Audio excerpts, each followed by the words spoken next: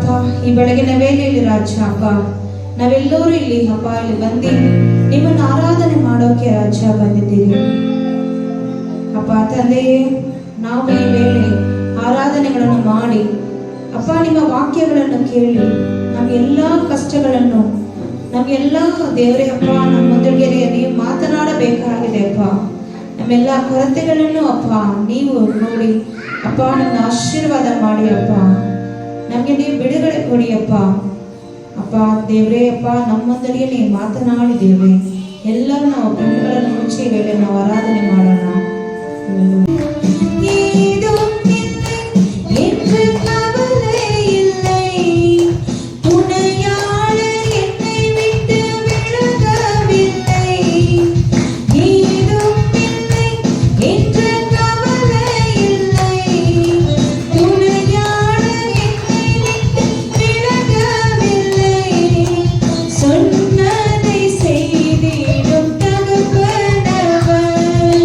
சொன்னதை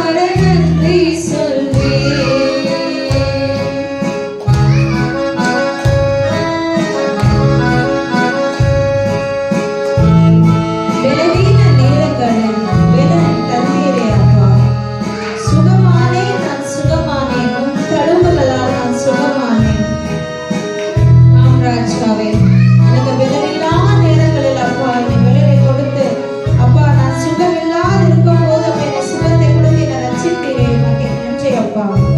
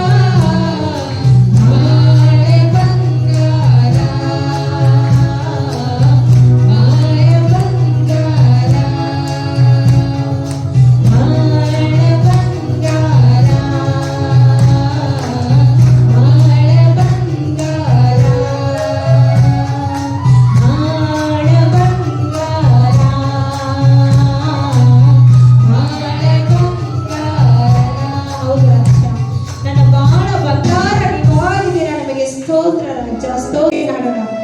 ನನ್ನ ಹತ್ತಿರವಿರೋ ಓ ಯೇಸುವೇ, ನಾನಿನ್ನನು ಬಿಟ್ಟು ಬಾಳಲಾರೆನು.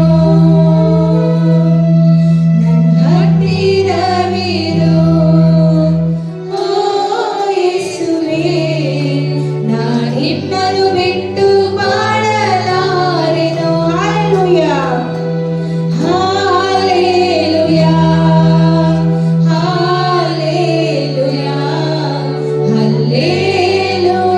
ಹಲ್ಲೆಲೂಯಾ,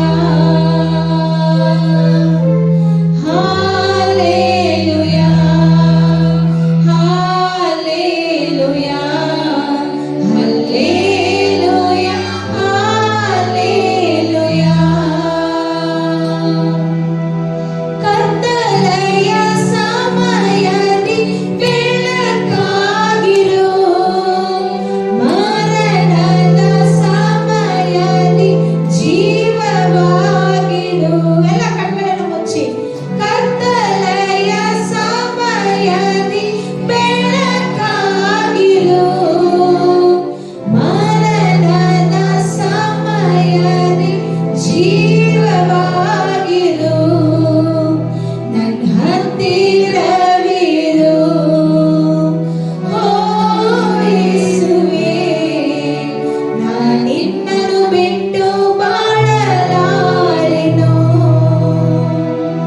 ನನ್ನ ಹತ್ತಿರವಿರು ಓ ಯೇಸುವೇ, ನಾನಿನ್ನನು ಬಿಟ್ಟು ಬಾಳಲಾರೆನು.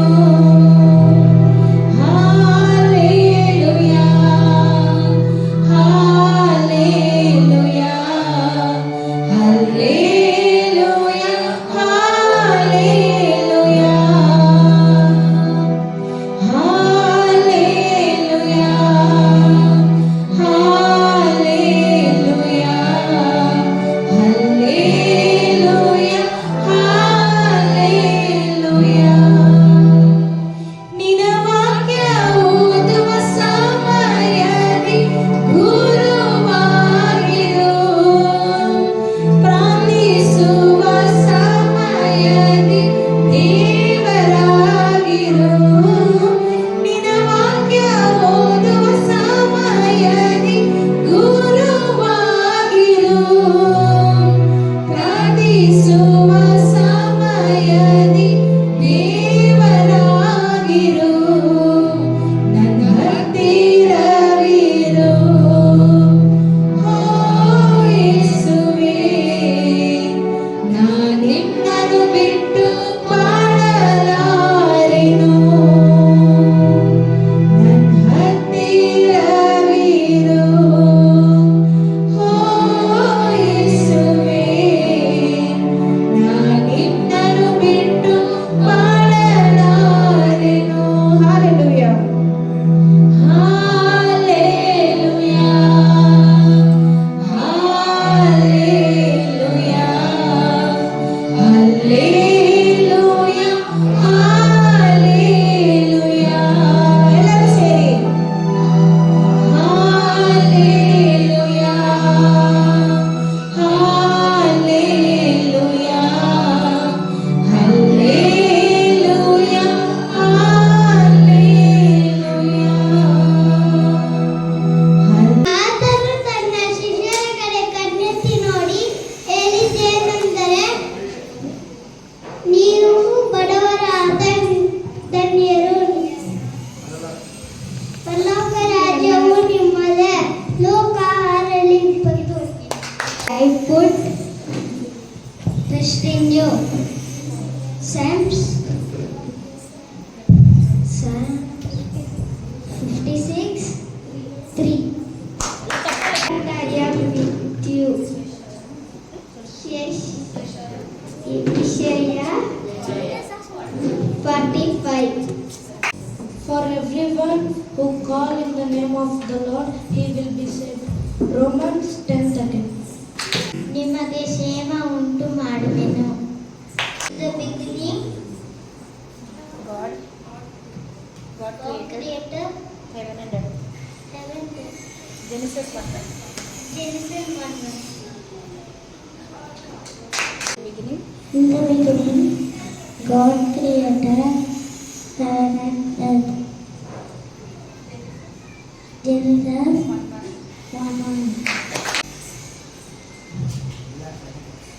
ಸೊ ಇವಾಗ ನಮ್ಮೊಂದಿಗೆ ಸಂದೇಶವನ್ನು ನೀಡಲು ಸಿಸ್ಟರ್ ವಿಕ್ಟೋರಿಯಾ ರೋಸ್ಲಿನ್ ವಿಕ್ಟೋರಿಯಾ ಬಂದಿದ್ದಾರೆ.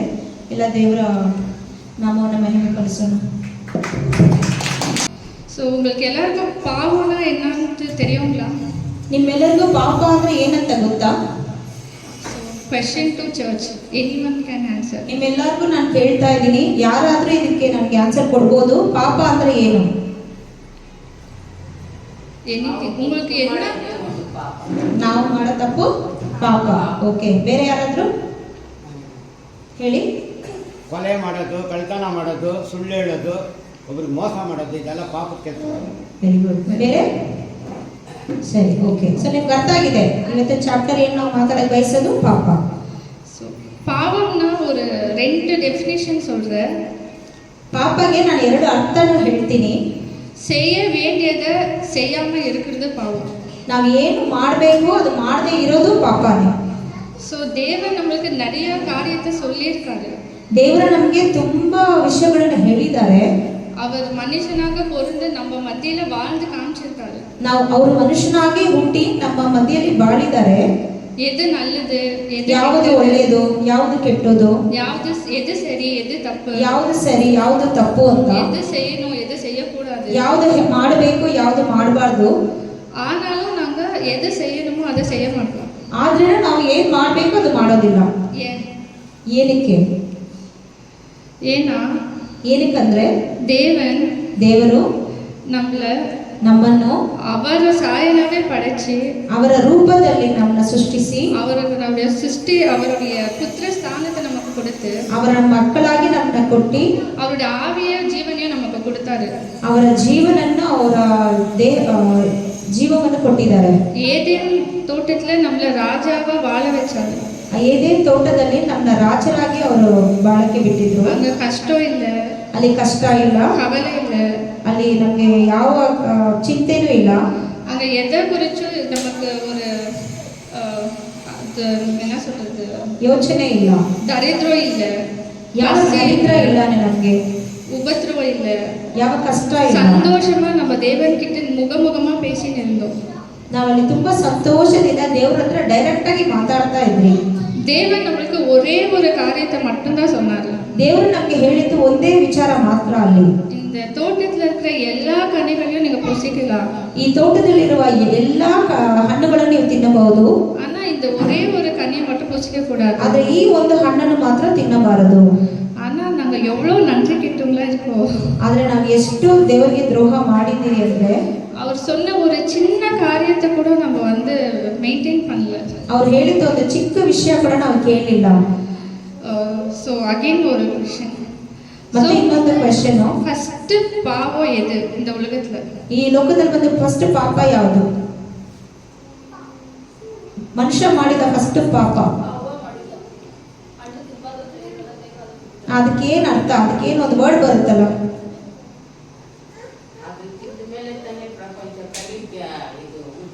ಕರೆಕ್ಟ್. ಪಾಪದ ಹೆಸರು ಬರುತ್ತಲ್ಲ, ಬ್ರದರ್ ಹೇಳಿದ್ರು 4-5 ಹೆಸರು ಹೇಳಿದ್ರಲ್ಲ ಪಾಪ ಅಂದ್ರೆ ಇದೆಲ್ಲ. ಅದ್ರಲ್ಲಿ ಯಾವ ಇದ್ರಲ್ಲಿ ಬರುತ್ತೆ ಈ ಪಾಪ?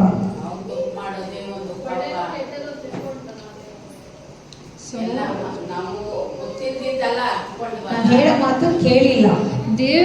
கடவுள் சொன்ன வார்த்தைக்கு கீழ்ப்படியாதது தான் ஃபர்ஸ்ட் பாவம். ಹೇಳೋ ಮಾತು ನಾವು ಕೇಳದೇ ಇರೋದೇ ಫಸ್ಟ್ ಪಾಪ. ஸோ அப்போ ஆதாம் பண்ண ஒரு சிறிய தவறுனால இன்னைக்கு வரைக்கும் மனுஷனா பிறந்த அனைவரும் அந்த பாவத்துல தான் பொறுக்கிறோம். ಅವತ್ತು ಆದಾಮ್ ಮಾಡಿದ ಆ ಒಂದು ಪಾಪದಿಂದ ಇವತ್ತುವರೆಗೂ ಎಲ್ಲಾ ಮನುಷ್ಯರು ಪಾಪದಿಂದ ಇದ್ದಾರೆ. சரி, ஆதிகாண்ட ஆதியாகமம் எல்லாரும் படிச்சிருப்பீங்கன்னு நினைக்கிறேன். ಪೀಟರ್ ಬ್ರದರ್ ಓದಿ ಆದಿಕಾಂಡ. ಇಲ್ಲ, ಆದಿಕಾಂಡ ಎಲ್ಲರೂ ಓದಿರ್ತೀರಲ್ವಾ? ಒಂದೇ ಒಂದು ಕ್ವಶನ್ ಕೇಳ್ತೀನಿ. ಪಾಪ ಫಸ್ಟ್ ಯಾವ ದೇಶ ಎಲ್ಲಿ ಉಂಟಾಯಿತು? Good answer. ஸோ ஏதேன் தೋಟದಲ್ಲಿ ಪಾಪ ಫಸ್ಟ್ ಉಂಟಾಯ್ತು. ನಾವು ಎಲ್ಲರೂ ಬೈಬಲ್ படிக்குவோம் ஆனால் ಬ್ಲೈಂಡಾக படிச்சுன்னு இருக்கோம். ನಾವೆಲ್ಲರೂ ಬೈಬಲ್ ಓದ್ತೀರಿ ಆದ್ರೆ ಸುಮ್ಮನೆ ಓದ್ಕೊಂಡು ಹೋಗ್ತಾ ಇರ್ತೀರಿ. ஆனால் பாவம் எங்கே பொருந்துச்சுன்றது ரொம்ப ಆದ್ರೆ ಪಾಪ முக்கியமான ಎಲ್ಲಿ ಹುಟ್ಟಿತ್ತು ಅನ್ನೋದು ತುಂಬಾ ಮುಖ್ಯ. இதை நான் ஏன் சொல்றேன்னா, ಇದನ್ನ ನಾನು ಏನಕ್ಕೆ ಹೇಳ್ತೀನಂದ್ರೆ, ஏதேன் தோட்டம் ஒரு புனிதமான பூமಿ. ಏದೇನ್ ತೋಟ ದೇವರು ಫಸ್ಟ್ ನಮ್ಗೆ ಕೊಟ್ಟದ ಒಂದು ತೋಟ ನಾವು ಬಾಳಗೋಸ್ಕರ, நமக்கோஸ்கர தேவனே உண்டாக்கின பூமி. ನಮಗೋಸ್ಕರ ದೇವರೇ ಉಂಟಾಕಿನ ಭೂಮಿ ಅದು. அதுல இருக்கிற ஒவ்வொரு விஷயத்தையும் நமக்காக அவர் பார்த்து பார்த்து உண்டாக்குனாரு. ಅಲ್ಲಿದ್ದ ಒಂದೊಂದು ವಿಷಯಗಳನ್ನು ನೋಡಿ ನೋಡಿ ನಮಗೋಸ್ಕರ ಸೃಷ್ಟಿ ಮಾಡಿದ್ರು. அவர் வானத்தையும் பூமியும் ரெண்டா பிரிச்சாரு. ಅವ್ರು ಭೂಮಿ ಆಕಾಶವನ್ನು ಎರಡಾಗಿ ಮಾಡಿದ್ರು. அவர் வெளிச்சத்தையும் இருட்டையும் ரெண்டா பிரிச்சாரு. ಅವ್ರು ಬೆಳಕನ್ನು இருಳನ್ನು ಎರಡಾಗಿ ಮಾಡಿದ್ರು. அப்புறம் நிலத்தையும் நீரையும் ரெண்டா பிரிச்சிருந்தாரு. ಅವ್ರ ನೆಲವನ್ನು ನೀರನ್ನು ಬೇರೆ ಬೇರೆ ಮಾಡಿದ್ರು. அதுல நிலத்துல இருக்கிற பயிர்களை செப்பரேட்டா விளைச்சாரு. ನಾವು ನೆಲದಲ್ಲಿರೋ ಎಲ್ಲ ಸಸಿಗಳನ್ನು ಸಪರೇಟ್ ಮಾಡಿದ್ರು. தண்ணிக்குள்ள இருக்கிற மச்சங்கள் மீன்கள் எல்லாத்தையும் நமக்காக படைச்சாரு. ನೀರಲ್ಲಿರೋ ಎಲ್ಲಾ ಪ್ರಾಣಿಗಳನ್ನ ನಮಗೋಸ್ಕರ ಸೃಷ್ಟಿ ಮಾಡಿದ್ರು. நிலத்துல கூட பிராணி ஜீவன்கள் எல்லாம் நமக்காக படைச்சாரு. ಜೀವ ಜಂತುಗಳು ಎಲ್ಲರೂ ನಮಗೋಸ್ಕರ ಸೃಷ್ಟಿ ಮಾಡಿದ್ರು. வானத்துல பறவைகளை படைச்சாரு. ಆಕಾಶದಲ್ಲಿ ಪಕ್ಷಿಗಳನ್ನು ಸೃಷ್ಟಿ ಮಾಡಿದ್ರು. நம்மளுக்கு வெளிச்சம் கொடுக்கறதுக்கு இரவுல நிலவையும் பகல்ல சூரியனையும் கொடுத்தாரு. ನಮ್ಗೆ ಬೆಳಕು ಕೊಡ್ಬೇಕಂತ ಡೇ ಅಲ್ಲಿ ಸೂರ್ಯ ಮತ್ತೆ ನೈಟ್ ಅಲ್ಲಿ ಚಂದ್ರವನ್ನು ಕೊಟ್ರು. இவ்வளோ பண்ண தேவன் ಇಷ್ಟು ಮಾಡಿದ ದೇವರು அந்த பூமியை நமக்காக படைச்சப்போ, ಈ ಭೂಮಿನ ನಮಗೋಸ್ಕರ ಮಾಡುವಾಗ ஆனா நாங்க என்ன செஞ்சோம்? ಆದ್ರೆ ನಾವೇನ್ ಮಾಡಿದ್ರಿ? அவர் கொடுத்தது ஒரே ஒரு டாஸ்க். ಅವ್ರು ಹೇಳಿದ್ದು ಒಂದೇ ಒಂದು ವಿಷಯನೇ, அதை நம்ம கீழ்ப்படியவும் இல்லை. ಅದು ನಾವು ದೇವರ ಮಾತನ್ನ ಕೇಳಿಲ್ಲ. கடவுள் கொடுத்த அந்த புனிதமான பூமியை ದೇವರು ಕೊಟ್ಟ ಅದು ಅದು ಒಂದು ಶ್ರೇಷ್ಠವಾದ ಭೂಮಿಯನ್ನು நாங்க பாவம் செஞ்சு கரையாக்கிட்டோம். ನಾವು ಪಾಪ ಮಾಡಿ ಅದನ್ನ ತುಂಬಾ ಕರೆ ಮಾಡಿಬಿಟ್ರಿ. நான் அதை ஏன் இப்போ உங்களுக்கு சொல்றேன்னா, ಏನಕ್ಕೆ ನಾನು ಹೇಳ್ತೀನಂದ್ರೆ, நாங்க பிறக்கும் போதே ನಾವು ಹುಟ್ಟುವಾಗ தேவன் நம்மள பரிசுத்தமா படைச்சு ದೇವರು ನಮ್ಮನ್ನ ಪರಿಶುದ್ಧವಾಗಿ ಸೃಷ್ಟಿ ಮಾಡಿದ್ದಾನೆ. பூமியில அனுப்பிச்சிருக்காரு. ಈ ಭೂಮಿಯಲ್ಲಿ ಕೊಟ್ಟಿದ್ದಾನೆ. அவர் கொடுத்த அந்த ஆத்மாவை ಅವ್ರು ಕೊಟ್ಟ ಈ ಜೀವವನ್ನು நாங்க மறிக்கும் போது ನಾವು ಸಾಯುವಾಗ அதை ரிட்டர்ன் அவருக்கே அதே மாதிரி பரிசுத்தமா நம்ம ನಾವು தரோம். ದೇವರಿಗೆ ಅದೇ ತರ ಪರಿಶುದ್ಧವಾಗಿ ಕೊಡಬೇಕು. இப்போ ஈஸ்டர் சர்வீஸ்ல நீங்க பார்த்திருக்கலாம், ಈಸ್ಟರ್ ಸರ್ವಿಸ್ ಅಲ್ಲಿ ನೀವು ನೋಡಿರ್ಬೋದು, ஆண்டவர் மறிக்கும் போது ದೇವರು ಸಾಯುವಾಗ என்னோட ஆவியை உமக்கு ஒப்புவிக்கிறேன்னு ನನ್ನ சொல்லி ಜೀವವನ್ನು ನಿಮಗೆ ಒಪ್ಪಿಕೊಡುತ್ತೇನೆ ಅಂತ ಲಾಸ್ಟ್ ಆಗಿ ಹೇಳ್ತಾರೆ ಏಸಪ್ಪ ಶಿಲುಬೆಯಲ್ಲಿರುವಾಗ. எல்லாரும் அதை தியானிச்சிருப்பீங்க. ಎಲ್ಲರೂ ನಾವು ಕೇಳಿದ್ದೀರಿ ಈಸ್ಟರ್ ಅಲ್ಲಿ. அவர் அதை சத்தமா மகா சத்தமா சொல்லியிருப்பாரு. ಅವ್ರು ಅದನ್ನ ಬೈಬಲ್ ಅಲ್ಲಿ ಏನ್ ಹಾಕಿದೆ ಅಂದ್ರೆ ಮಹಾ ಸತ್ತಮ ಅಂದ್ರೆ ತುಂಬಾ ಜೋರಾಗಿ ಅದನ್ನ ಹೇಳಿರ್ತಾರೆ. அவர் ஏன் அவ்வளவு வலியில கூட வேதனையில கூட சத்தமா சொல்லியிருப்பாரு? ಅವ್ರು ಏನಕ್ಕೆ ಅಷ್ಟು ಪೇನ್ ಅಲ್ಲಿ ಅವ್ರು ಅಷ್ಟು ನೋವಲ್ಲಿರುವಾಗ ಏನಕ್ಕೆ ಅದನ್ನ ಜೋರಾಗಿ ಹೇಳಿದ್ರು, ತುಂಬಾ ದೊಡ್ಡ ಶಬ್ದವನ್ನ ಹೇಳಿದ್ರು ಅದನ್ನ. ஏன்னா அவங்க தந்தை கொடுத்த காரியத்தை அவர் நிறைவேறி, ಏನಕ್ಕಂದ್ರೆ ಅವ್ರ ತಂದೆ ಕೊಟ್ಟಿದ್ದ ಕಾರ್ಯವನ್ನು ಅವ್ರು ನೆರವೇರಿಸಿ, அவர் கொடுத்த அந்த பரிசுத்தமான ஆவியை ಅವ್ರು ಕೊಟ್ಟ ಪರಿಶುದ್ಧವಾದ ಆತ್ಮವನ್ನು அதே குவாலிட்டியோட ரிட்டர்ன் கொடுக்குறாரு. ಅದೇ ತರ ದೇವರ ಹತ್ರ ಅವರು ತಿರುಗಿಸಿ ಒಪ್ಪಿಸಿ ಕೊಡ್ತಾರೆ. ஸோ இப்போ சொல்லுங்க, ஆண்டவர் நம்மளுக்கு கொடுத்த அந்த பரிசுத்தமான ஆவி ಆದ್ರಿಂದ ದೇವರು ನಮಗೆ ಕೊಟ್ಟ ಪರಿಶುದ್ಧವಾದ ಆತ್ಮವನ್ನು நம்ம பரிசுத்தமா வச்சுருக்கோமா? ನಾವು ಪರಿಶುದ್ಧವಾಗಿ ಇಟ್ಕೊಂಡಿದ್ದೀರಾ? Okay, one more question. இப்போ பர் டே நம்ம எவ்வளோ பாவம் செய்கிறோம்? ಒಂದು ದಿವಸ ನಾನು ಎಷ್ಟು ಪಾಪ ಮಾಡ್ತೀನಿ சொல்லணும்னு அவசியம் இல்லை, நீங்களே கொஞ்சம் திங்க் பண்ணுங்க. ಹೇಳ್ಬೇಕಂತಿಲ್ಲ, ನಾವೇ ಯೋಚನೆ ಮಾಡೋಣ. அப்பா சொன்னாரு 10 கமாண்ட்மெண்ட்ஸ்ல ஆண்டவர் நமக்கு கொடுத்த பாவத்துல ஒரு லிஸ்டே சொன்னாரு. 10 ಕಮಾಂಡ್ಮೆಂಟ್ಸ್ ಅಲ್ಲಿ ಮೋಸೆ ಕೊಟ್ಟ 10 ಕಮಾಂಡ್ಮೆಂಟ್ಸ್ ಅಲ್ಲಿ ಅವ್ರು ಸ್ವಲ್ಪ ಪಾಪಗಳನ್ನು ಹೇಳಿದ್ರು ಪೀಟರಪ್ಪ. ஸோ அந்த ತಂದೆಯನ್ನಾಗಲಿ ತಾಯಿಯನ್ನಾಗಲಿ ಹೊಡೆದವನಿಗೆ ಮರಣ ಶಿಕ್ಷೆಯಾಗಬೇಕು. ಮನುಷ್ಯನನ್ನು ಕದ್ದವನಿಗೆ ಅವನನ್ನು ಮಾರಿದರೂ ತನ್ನಲ್ಲಿಯೇ ಇಟ್ಟುಕೊಂಡರೂ ಮರಣ ಶಿಕ್ಷೆಯಾಗಬೇಕು. Okay, next. ತಂದೆಯನ್ನಾಗಲಿ ತಾಯಿಯನ್ನಾಗಲಿ ದೂಷಿಸುವವನಿಗೆ ಮರಣ ಶಿಕ್ಷೆಯಾಗಬೇಕು. ಆಮೇಲೆ ನಮ್ಮ ಲೈಫಲ್ಲಿ ಎಷ್ಟೋ ಜನ ನಮ್ಮ ಪ್ಯಾರೆಂಟ್ಸ್ಗೆ ರೆಸ್ಪೆಕ್ಟ್ ಕೊಡ್ತಾ ಇದ್ದೀವಿ. ನಾವೆಷ್ಟೋ ಜನ ನಮ್ಮನ್ನು ನಮ್ಮ ತಂದೆ ತಾಯಿಗೆ ನಾವು ಮರ್ಯಾದೆ ಕೊಡೋದಿಲ್ಲ. ಆದರೆ 10 கட்டளைகளில் தேவன் சொல்லியிருக்காரு, ಆದರೆ ದೇವರು ಕೊಟ್ಟಿದ್ದ ಕಟ್ಟಳೆಗಳನ್ನು ಹೇಳಿದ್ದಾರೆ. உன்னுடைய தகப்பனையும் தாயையும் மதித்து நட. ನಿನ್ನ ತಂದೆಯನ್ನು ತಾಯಿಯನ್ನು ನೀನು ಮರ್ಯಾದೆ ಕೊಡಬೇಕು ಅಂತ. ஆனால் நம்ம டே டு டே லைஃப்லேயே நம்ம பசங்களே நம்ம பார்த்துருப்போம், அவங்க அப்படி செய்கிறாங்களா இல்லையான்ட்டு. ಆದ್ರೆ ನಾವು ದಿನಾಗ್ಲೂ ನೋಡ್ತಾ ಇದ್ದೀವಿ, ನಮ್ಮ ಮಕ್ಕಳು ನಮಗೆ ಮರ್ಯಾದೆ ಕೊಡ್ತಾರಾ ಇಲ್ಲ ಅಂತ ನಾವು ನೋಡ್ತಾನೆ ಇದ್ದೀರಿ. என்ன கேட்டிங்கன்னா இல்லை. ಆದ್ರೆ ನನ್ನ ಕೇಳಿದ್ರೆ ಇಲ್ಲ. ஏன்னா நம்ம குழந்தைங்க நம்ம சொல்கிறத கேட்க மாட்டாங்க. ಆದ್ರೆ ನಾವು ಹೇಳೋ ಮಾತು ನಮ್ಮ ಮಕ್ಕಳು ಕೇಳೋದಿಲ್ಲ. இது நம்ம தப்பா குழந்தைங்க தப்பா? ಇದು ನಮ್ಮ ತಪ್ಪ ಮಕ್ಕಳು ತಪ್ಪ? ದೊಡ್ಡವರು ನಮ್ಮದೇ ತಪ್ಪು. ஸோ நாங்கள் பெரியவங்க நம்மளுக்கு தெரியும் இது பாவம். ನಾವು ದೊಡ್ಡವರು ನಮಗೆ ಗೊತ್ತು ಇದು ಪಾಪ ಅಂತ. ஆனால் நம்ம ஏன் பசங்களுக்கு சொல்லலை? ಆದ್ರೆ ನಾವು ಯಾಕೆ ಮಕ್ಕಳ ಹತ್ರ ಹೇಳಲ್ಲ? ஸோ கடவுள் வந்து நம்மளை ಕ್ವಶನ್ கேட்கும்போது ಯಾರು ಆನ್ಸರ್ பண்ணுவாங்க? குழந்தைங்கள நம்மளா? ದೇವರು ಬಂದು ನಮ್ಮನ್ನ ಕ್ವಶನ್ ಮಾಡುವಾಗ ದೇವರು ಇದಕ್ಕೆ ಆನ್ಸರ್ ಕೊಡ್ತಾರ, ನಾವು ಆನ್ಸರ್ ಕೊಡ್ತೀರಾ, ಮಕ್ಕಳು ಆನ್ಸರ್ ಕೊಡ್ಬೇಕಾ? ನಾವು ಉತ್ತರ ಕೊಡ್ಬೇಕು. ಸೊ ಇವಾಗ ಪ್ರಾಬ್ಲಮ್ ಇರೋದು ಪೇರೆಂಟ್ಸ್ ಹತ್ರನ ಮಕ್ಳ ಹತ್ರನ? ಪ್ರಾಬ್ಲಮ್ ಇರೋದು ಯಾರ ಹತ್ರ? ಹೆತ್ತವ್ರ ಹತ್ರನ ಮಕ್ಕಳ ಹತ್ರನ? ಸೊ ಇವಾಗ ಈ ಆ್ಯಕ್ಚುಲಿ ಈ ಮೆಸೇಜ್ ಪೇರೆಂಟ್ಸ್ಗೆ, ಈ ಮೆಸೇಜ್ ಬಂದು ಪೇರೆಂಟ್ಸ್ಗೋಸ್ಕರ, ಹೆತ್ತವ್ರಿಗೋಸ್ಕರ. ಇವಾಗ ಮಕ್ಕಳಿಗೆ ನಮ್ಮ ಪಸங்களுக்கு ஒரு சின்ன வேலை சொல்லும் போது அவங்க செய்ய மாட்டாங்க. ಮಕ್ಕಳಿಗೆ ಒಂದು ಚಿಕ್ಕ ಕೆಲಸ ಹೇಳಿದ್ರೆ ಅವ್ರು ಮಾಡಲ್ಲ. ஆனால் நாங்கள் குழந்தைங்களுக்கு புரிய வைக்கணும். ಆದ್ರೆ ನಾವು ಮಕ್ಕಳಿಗೆ ಹೇಳಿ ಬುದ್ಧಿವಾದ ಹೇಳಬೇಕು. நம்ம ஜீசஸோட ಚೈಲ್ಡ್ಹುಡ್ ಸ್ಟೋರಿ ಎಲ್ಲ நம்ம சொல்லணும். ಏಸಪ್ಪ ಬಂದು ಚಿಕ್ಕ ವಯಸ್ಸಲ್ಲಿ ಹೆಂಗ್ ಬೆಳೆದ್ರು ಅಂತ ನಾವು ಹೇಳಬೇಕು. அவர் வந்து சின்ன குழந்தை இருக்கும்போது அவங்க அப்பாவுக்கு ஹெல்ப் பண்ணியிருக்காரு. அவர் கார்பெண்டர் வேலை செய்யும் போது, ಅವರು ಚಿಕ್ಕ ಮಗುವಾಗಿರುವಾಗ ಕಾರ್ಪೆಂಟರ್, ಅವರಪ್ಪ ಕಾರ್ಪೆಂಟರ್ ಆಗಿರುವಾಗ ಅವ್ರಿಗೆ ಅವರು ಸಹಾಯ ಮಾಡಿದ್ದಾರೆ. நம்ம 10 ಕಮಾಂಡ್ಮೆಂಟ್ಸ್ பற்றி பசங்களுக்கு ಎಕ್ಸ್ಪ್ಲೇನ್ பண்ணணும். ನಾವು ದೇವರು ಕೊಟ್ಟ 10 ಕಟ್ಟಳೆಗಳ ಬಗ್ಗೆ ದೇವರು ಮಕ್ಕಳ ಹತ್ರ ಹೇಳಬೇಕು. ಯಾವುದು ಎದು ಸರಿ ಎದು ತಪ್ಪು, ಯಾವುದು ಒಳ್ಳೆಯದು ಯಾವುದು ತಪ್ಪು ಅಂತ ಹೇಳಬೇಕು. நம்ம இது செய்யாம ನಾವು ಇದನ್ನ ಮಾಡದೆ எல்லார்கிட்டயும் உட்காந்து குழந்தைங்களை பற்றி ಕಂಪ್ಲೇಂಟ್ பண்ணிட்டு இருப்போம். ಎಲ್ಲರ ಹತ್ರ ಹೋಗ್ಬಿಟ್ಟು ಮಕ್ಕಳ ಬಗ್ಗೆ ನಾವು ಕಂಪ್ಲೇಂಟ್ ಮಾಡ್ತಾ ಇರ್ತೀವಿ. ஸோ ஆக்சுவலி பெரிய பாவம் நம்ம பேரண்ட்ஸ் தான் செய்யணும். ದೊಡ್ಡ ಪಾಪ ನಾವು ಹೆತ್ತವರೇ ಮಾಡ್ತಾ ಇರೋದು. கோச்சிக்காதீங்க, ಯಾರು ತಪ್ಪಾಗಿ ತಿಳ್ಕೊಳ್ಬೇಡಿ. பாவம் ಅನ್ನೋದು ஒரு நம்ம நினைச்சிருக்கிற சின்ன விஷயம். ಪಾಪ ಅನ್ನೋದು ನಾವು ಅನ್ಕೊಂಡಿದ್ರೆ ಒಂದು ಚಿಕ್ಕ ವಿಷಯ ಅಂತ. ನಮ್ಮ ಡೇ ಟು ಡೇ ಲೈಫಲ್ಲಿ ಸುಮ್ಮನೆ ಕೆಲ್ಸಕ್ಕೆ ಲೇಟಾಗಿ ಹೋದರೆ ನಾವೇ ಲೇಟಾಗಿ ಹೋಗಿರ್ತೀವಿ. ನಮಗೆ ಲೇಟಾಗಿ ಹೋನಾலும் ಬಸ್ ಲೇಟ್. ನಾವು ಕೆಲಸಕ್ಕೆ ಹೋಗುವಾಗ ನಾವು ಲೇಟಾಗಿ ಹೋಗಿರ್ತೀರಿ, ಅದ್ರ ರೀಸನ್ ಏನಂತ ಹೇಳ್ತೀರ ಅಂದ್ರೆ ಬಸ್ ಲೇಟಾಗಿ ಬಂತು ಅಂತ, ಟ್ರಾಫಿಕ್ ಅಂತ. ಟ್ರಾಫಿಕ್ ನಿಜ, ಬಟ್ ಎವ್ರಿ ಡೇ ಇರ್ಕಾದು. ಟ್ರಾಫಿಕ್ ನಿಜ, ಮತ್ತೆ ದಿನಾಗ್ಲೂ ಇರೋದಿಲ್ಲ, ಬಟ್ ನಾವು ಹೇಳೋದು ಟ್ರಾಫಿಕ್ ಬಸ್ ಇಲ್ಲ ಅಂತ. ಸೊ ಫಸ್ಟ್ நம்மளை ஃபஸ்ட்டு திருத்திக்கலாம். ಫಸ್ಟ್ ನಾವು ನಮ್ಮನ್ನ ತಿದ್ಕೋಬೇಕು. சின்ன சின்ன பாவம் செய்யறத கண்ட்ரோல் பண்ணலாம். ಚಿಕ್ಕ ಚಿಕ್ಕ ಪಾಪಗಳನ್ನ ಮಾಡೋದು ನಾವು ಕಂಟ್ರೋಲ್ ಮಾಡ್ಬೋದಲ್ವಾ? உடனே எதையுமே நிறுத்த முடியாது. ಎದ್ದಿದ ತಕ್ಷಣ ಯಾವುದನ್ನು ನಾವು ನಿಲ್ಸಕ್ ಆಗೋದಿಲ್ಲ.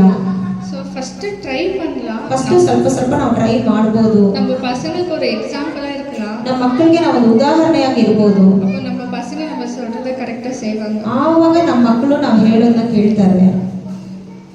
ஓகே. ஸோ பவுல் பற்றி நம்மளுக்கு சொல்லணும்னு இல்லை, ಆಲ್ಮೋಸ್ಟ್ ಎಲ್ಲರಿಗೂ ಪೌಲ್ ಪற்றி தெரியும். ಪೌಲನ ಬಗ್ಗೆ ಎಲ್ರಿಗೂ ಗೊತ್ತಿದೆ, ನಾನು ಹೇಳಬೇಕಾಗಿತ್ತಿಲ್ಲ. ಫಸ್ಟ್ ನಾನು ಡೆಫಿನೇಷನ್ சொன்னேன், செய்ய வேண்டியதே செய்யாமல் இருப்பது பாவம்.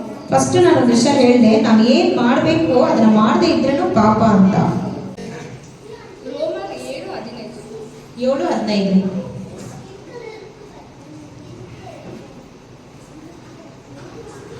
ನಾನು ಮಾಡುವುದು ನನಗೇ ಗೊತ್ತಿಲ್ಲ, ಯಾವುದನ್ನು ಮಾಡಬೇಕೆಂದು ನಾನು ಇಚ್ಛಿಸುತ್ತೇನೋ ಅದನ್ನು ನಡೆಸದೆ ನನಗೆ ಅಸಹ್ಯವಾದದ್ದನ್ನು ಮಾಡುತ್ತೇನೆ.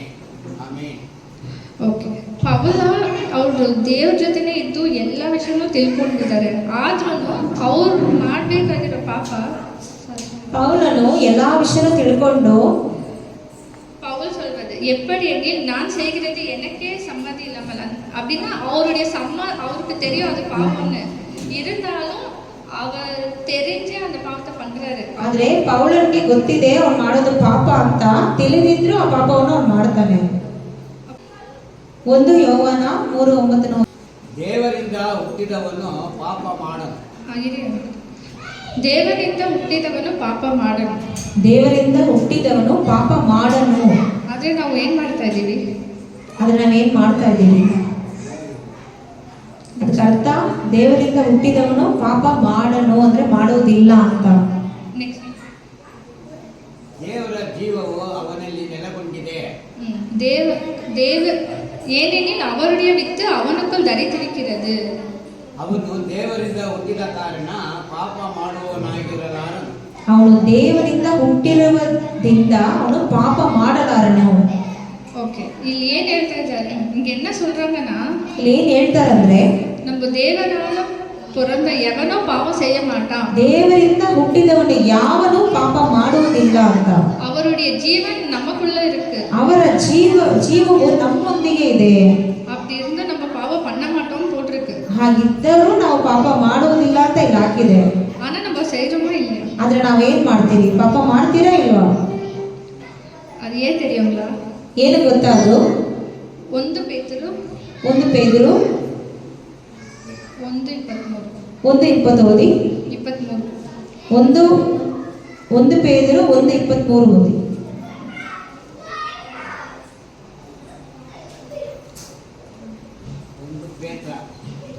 1 ಪೇತ್ರ 1:23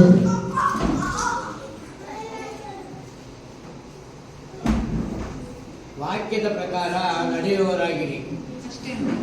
ಅಷ್ಟೇ ಸಾಕು. வாக்கியத்து பிரகார நடிவராகிரி. தமிழ்ல தேவ வசனமாகிய அழிவில்லாத வித்து. ವಾಕ್ಯದ ಪ್ರಕಾರ ನಡೆಯುವರಾಗಿರಿ.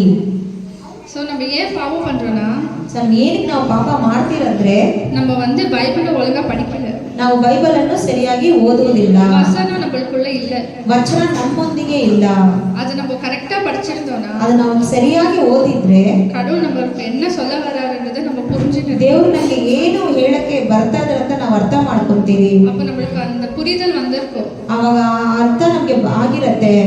அப்ப எது சரி எது தப்பு, ಯಾವುದು ಸರಿ ಯಾವುದು ತಪ್ಪು, எது பண்ணணும் எது ಏನ್ பண்ணக்கூடாது ಮಾಡ್ಬೇಕು ಏನು ಮಾಡಬಾರ್ದು என்ற அறிவு நம்மளுக்கு தெரிஞ்சிருக்கும். ಆ ಅರಿವು ನಮ್ಮ ಒಳಗಡೆ ಇದ್ದಿರತ್ತೆ. இப்ப நம்ம ஏன் பாவம் பண்றோம்? ಏನಕ್ಕೆ ನಾವು ಪಾಪ ಮಾಡ್ತೀವಿ? ಓದಿ. 1:23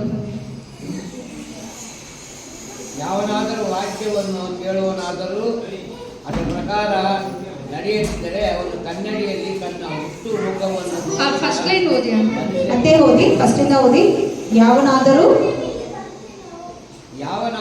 ವಾಕ್ಯವನ್ನು ಕೇಳುವನಾದರೂ ವಾಕ್ಯವನ್ನು ಕೇಳುವನಾದರೂ ಅದರ ಪ್ರಕಾರ ನಡೆಯದಿದ್ದರೆ ಅವನು ಕನ್ನಡಿಯಲ್ಲಿ ತನ್ನ ಹುಟ್ಟು ಮುಖವನ್ನು ನೋಡಿದ ಮನುಷ್ಯನಂತಿರುವನು. ಆದ ಕಾರಣ ಎಲ್ಲ ನೀಚತನವನ್ನು ಎಲ್ಲ ದುಷ್ಟತನವನ್ನು ತೆಗೆದುಹಾಕಿ ಮನಸ್ಸಿನೊಳಗೆ ಬೇರೂರಿರುವ ವಾಕ್ಯಕ್ಕೆ ನಮ್ರತೆಯಿಂದ ಎಡಬಡಿರಿ. ಅದು ನಿಮ್ಮ ಆತ್ಮಗಳನ್ನು ರಕ್ಷಿಸುವುದಕ್ಕೆ ಸಾಮರ್ಥ್ಯವಾಗುತ್ತದೆ. இவ்வளோ பாவம் நம்ம ஏன் செய்யறோம்னா, ಇಷ್ಟು ಪಾಪ ನಾವ್ ಏನಕ್ಕೆ ಮಾಡ್ತೀರಂದ್ರೆ, பைபிளை சரியா படிக்காததுனால. ನಾವು ಬೈಬಲ್ ಅನ್ನು ಸರಿಯಾಗಿ ಓದದೇ ಇರೋದ್ರಿಂದ. படிச்சு 2 வசனம் படிச்சாலும் அதை நல்லா புரிஞ்சிக்கினாலே போதும். ನಾವು 2 ವಚನ ಓದಿದ್ರೇನೋ ಅದು ಚೆನ್ನಾಗಿ ಅರ್ಥ ಮಾಡ್ಕೊಂಡ್ರೆ ಸಾಕು. நம்ம அர்த்தம் இல்லாத பைபிள் படிக்கிறதோ வேஸ்ட். ನಾವು ಅರ್ಥ ಮಾಡ್ಕೊಳ್ದೆ ಬೈಬಲ್ ನಾವು ಓದೋದೇ ವೇಸ್ಟ್. ஒரு வசனம் படிச்சாலும் தேவன் அதுல நம்ம கிட்ட பேசுவாரு. ಒಂದು ವಚನ ನಾವು ಓದಿದ್ರು ದೇವರು ಅದರೊಂದಿಗೆ ನಮ್ಮೊಳಗೆ ಮಾತನಾಡುತ್ತಾರೆ. அவர் என்ன பேசுறாருன்றதை நம்ம கரெக்டா புரிஞ்சிக்கினாலே போதும். ಅವ್ರು ಏನು ಮಾತಾಡ್ತಾರೆ ಅನ್ನೋದನ್ನ ನಾವು ಕರೆಕ್ಟಾಗಿ ಅರ್ಥ ಮಾಡ್ಕೊಂಡ್ರೆ ಸಾಕು. அப்ப நம்ம இந்த 2 பாவமும் செய்ய மாட்டோம். ಅವಾಗ ನಾವು ಈ 2 ಪಾಪವನ್ನು ನಾವು ಮಾಡೋದಿಲ್ಲ. ಓಕೆ, ನಾವು ಕ್ವೆಶ್ಚನ್ ಟು ಚರ್ಚ್. ಇವಾಗ ನಾನು ಪ್ರಶ್ನೆ ಕೇಳ್ತೀನಿ ಚರ್ಚ್ಗೋಸ್ಕರ. ಅಪ್ಪ ನೀವು ಹೇಳ್ಬೇಡಿ, ಇದಕ್ಕೆ ಮಾತ್ರ ಹೇಳ್ಬೇಡಿ. ಪಾಪ ಹೆಂಗ ಉಂಟಾನದು? ಪಾಪ ಎಲ್ಲ ಉಂಟಾಯಿತು?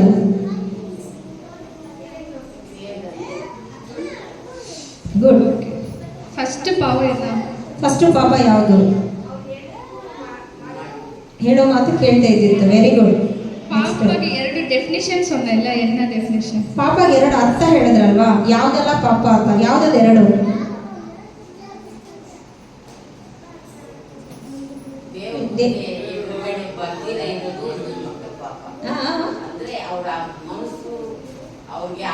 ದೇವರು ಹೇಳೋದನ್ನ ಕೇಳದೆ ಇರೋದು ಪಾಪ. ದೇವರು ಹೇಳಿದ್ನ ಮಾಡದೆ ಇರೋದು ಪಾಪ. ಕರೆಕ್ಟಾ? ಅರ್ಥ ಆಯ್ತಲ್ಲ? ಅರ್ಥ ಆಯ್ತಲ್ಲ? ಎರಡೂ ಪಾಪ. செய்ய வேண்டியதை செய்யாம இருப்பது பாவம். ಏನು ಮಾಡಬೇಕು ಅದು ಮಾಡದೆ ಇರೋದು ಪಾಪ. செய்யக்கூடாததை செய்யறதும் பாவம். ಏನು ಮಾಡಬಾರ್ದು ಅದನ್ನ ಮಾಡೋದು ಪಾಪ. இது ஒருத்தர் பத்தி சொல்லியிருந்தேன். அவங்க பண்றது தப்புன்னு தெரியும், ஆனாலும் அவர் அதை பண்ணாரு. ಒಬ್ಬರ ಬಗ್ಗೆ ಹೇಳಿದ್ದೆ, ಅದು ಮಾಡಬಾರ್ದು ಮಾಡೋದು ತಪ್ಪು ಅಂತ ಗೊತ್ತಿದ್ರು ಅವ್ರು ಅದು ಮಾಡಿದ್ರು. ಯಾರವರು? ಆದಾಮ. அப்போ யாரும் கேட்கல சரியா. ಯಾರು ಸರಿ ಕೇಳಿಲ್ಲ ಅವಾಗ. அப்ப ரோமர் ಕ್ವಶನ್ ಬಂದು answer no answer question question. அந்த ஒரு வசனத்துல அவர் சொன்னாரு, நான் என்ன செய்யறேன்னு எனக்கு தெரியும், ஆனாலும் நான் செய்யறேன், செய்யக்கூடாது ನಾನು ஆனாலும் ಏನು நான் செய்றேன். ಪೀಟರಪ್ಪ ಓದಿದ್ರದು ನಾನು ಅದು ತಪ್ಪು ಅಂತ ನನ್ಗೆ ಗೊತ್ತು, ಆದ್ರೂ ನಾನು ಮಾಡ್ತೀನಿ ಅಂತ. ಆ ವಚನ ಯಾರ ಬಗ್ಗೆ ಹೇಳ್ತಾರೆ ಆ ವಚನ ಅಂತ? ಪೌಲನಲ್ಲ, ஆ, ಪೌಲ್ ಯಾರು சொன்னது? ಅಂತ. ಪೌಲ್ ಹೇಳಿದ್ರು. ಪೌಲ್ ಅಲ್ವಾ? ಮಾಡೋ ತಪ್ಪು ಅಂತ ಗೊತ್ತಿದ್ರು ಪೌಲನ್ ಏನ್ ಮಾಡ್ತಾನೆ? ಅದನ್ನ ಮಾಡ್ತಾನೆ ಅಂತ. ஓகே. பாவத்தின் சம்பளம் ಪಾಪದ ಸಂಬಳ ಮರಣ. சரி, நான் 3 பேரை ஒரு பேட் எக்ஸாம்பிளா சொன்னேன், உங்க பேர் சொல்ல முடியுமா? ಯಾರ್ಯಾರು ನಾವು ಅನ್ನು ಹೇಳ್ದೆ ಕೆಟ್ಟ ದಾರಿಗೆ ಅವರೇ ಏನೇನ್ ಮಾಡಿದ್ರು ಅಂತ. அப்பா சொல்லு. 3 பேர் சொன்னேன். ಕಾಯಿನ, ಓಕೆ. ಬೇರೆ ಯಾರು? ಅವ್ರನ್ನ ಹೇಳಿಲ್ಲ, ಅವ್ರು ಫಸ್ಟ್ 3 ಜನ ಹೇಳಿದ್ರು. Coin, okay. ನೋಹ, ಯೋನ, ಹಾ, ಇನ್ನೊಂದು ಯೋನ, ಕಾಯಿನ್, ಕಾಯಿನ, ಯೋನ, ಇನ್ನೊಬ್ರು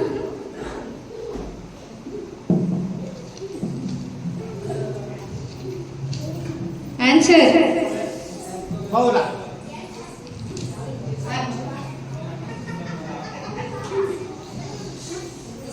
ಯಾಕೋ. அப்போ யாரும் சரியா கேட்கல. நீங்க யாரும் தூங்கக்கூடாதுன்னு இவ்வளோ கொஸ்டின் கேட்டேன்.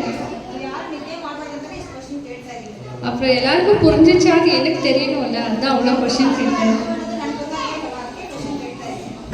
ஓகே, குட் எக்ஸாம்பிள் 2 பேரும் சொன்னேன். யாரு? ಒಳ್ಳೆ ಎಕ್ಸಾಂಪಲ್ ದೇವ್ರ ಮಾತು ಕೇಳ್ದವ್ರು ಅಂತ ಇಬ್ಬರನ್ನ ಹೇಳಿದೆ. ಯಾರು ಇಬ್ರು? ಯಾರು ಏಸಪ್ಪ ಮಾತು ಕೇಳಿ ನಡೆದವ್ರು ಯಾರು ಇಬ್ರು? ಯಾಕೋಬ, ಯೋಬ, ಲಾಸ್ಟ್ ಇಬ್ರದ ಗುಡ್ ಎಕ್ಸಾಂಪಲ್ ಅಂತ ಹೇಳಿದೆ. ಇಬ್ರು ಯೇಸು ಮಾತು ಕೇಳಿ ಅವ್ರು ಆಶೀರ್ವಾದ ಕೊಟ್ರು. ದೇವ್ರು ಹೆಂಗ್ ಆಶೀರ್ವಾದ ಕೊಟ್ರು ಅಂತಾನೆ ಹೇಳಿದ್ರು. ಆಕಾಶದ ನಕ್ಷತ್ರ ತರ, ಸಮುದ್ರದ ಮರದ ತರ ಯಾರು ಆಶೀರ್ವಾದ ಕೊಟ್ರು? ಅಬ್ರಹಾಂ, ಅಬ್ರಹಾಂ, ಇನ್ನೊಬ್ರು ಮೋಸೆ, ಮೋಶೆ. ಮರಿಯಾಲ್. So they are good examples. ಅಯ್ಯೋ, ತುಂಬ ಕ್ವಶನ್ ಕೇಳಿ ಟಾರ್ಚರ್ ಮಾಡಿದೆ ಅನಿಸುತ್ತೆ. ಓಕೆ, ಸೊ இந்த வாய்ப்பு கொடுத்த சபையாருக்கு நன்றி. ಆಮೇಲೆ ಸೊ ದೇವರಿಗೆ ಸ್ತೋತ್ರ.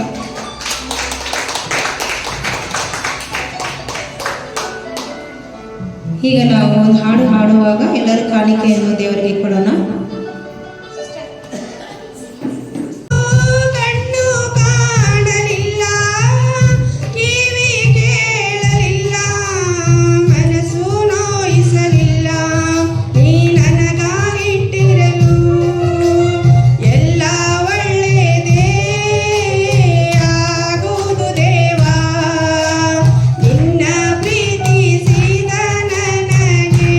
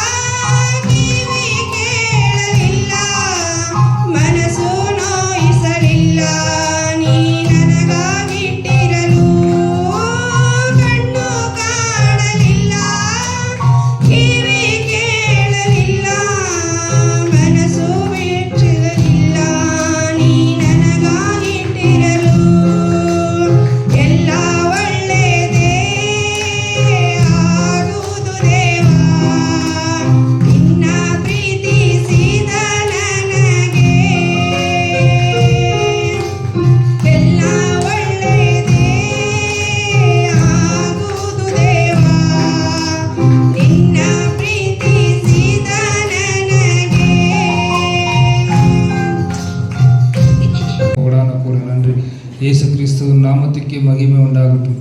கேளுங்கள், அப்போது கொடுக்கப்படும் சொன்ன தேவனுக்கே மகிமை உண்டாகட்டும். இயேசு கிறிஸ்துவின் நாமத்துக்கே மகிமை உண்டாகட்டும். அல்லேலூயா, அல்லேலூயா, அல்லே